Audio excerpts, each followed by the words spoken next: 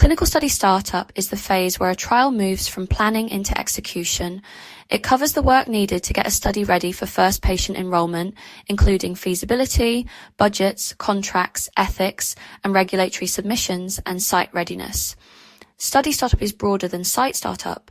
A study startup sits at protocol or program level and creates the conditions for sites to be initiated properly. Site startup is the work that happens at each individual site to meet those conditions. The shared aim is to reach the point where sites are authorised and operationally ready to enrol patients. One of the first serious decision points is feasibility.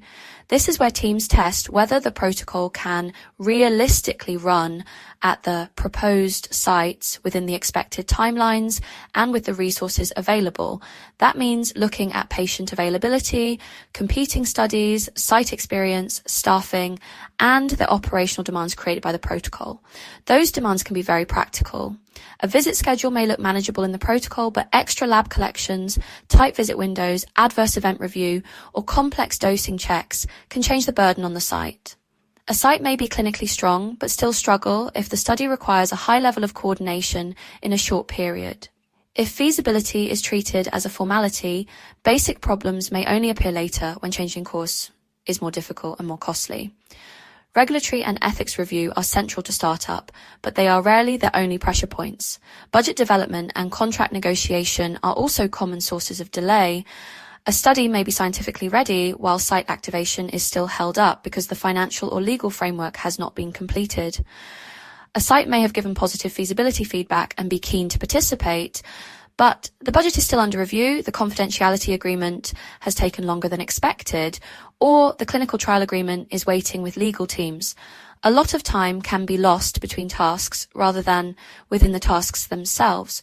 One team finishes its part, another team does not realize something is ready, a question sits unanswered, or a document comes back for changes without a clear owner.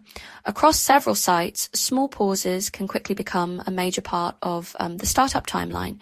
Ethics and regulatory pathways can also vary by geography, study design, and site type.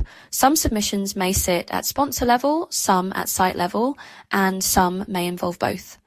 This work needs to be managed as an active parallel workstream, rather than left until other activities are complete. Parallel activity does not mean rushing or creating noise. It means understanding dependencies properly, so teams do not wait unnecessarily for one step to finish before another can begin.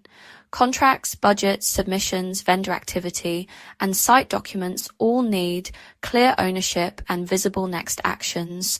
That ownership matters because study startup involves sponsors, CROs, sites, ethics committees, and vendors.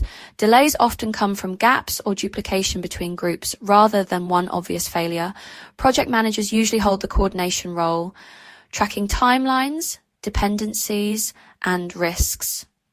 Sponsors and CROs still need clear accountability for overall delivery.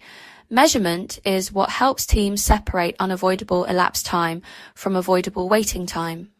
Some review duration is outside the study team's control, and site variation is real. But without tracking cycle time, approval duration, and handoff delays, teams may attribute too much to external factors and miss the delays inside their own workflow. A well-managed startup does not remove every issue from a trial. It does, however, give sites a more reliable basis for activation and can reduce the amount of hidden operational risk carried into enrolment. To learn how Quanticate can support your next trial, email inquiries@quanticate.com or request a consultation through our website. Thanks for watching, and don't forget to subscribe for more practical insights on clinical trials and modern drug development.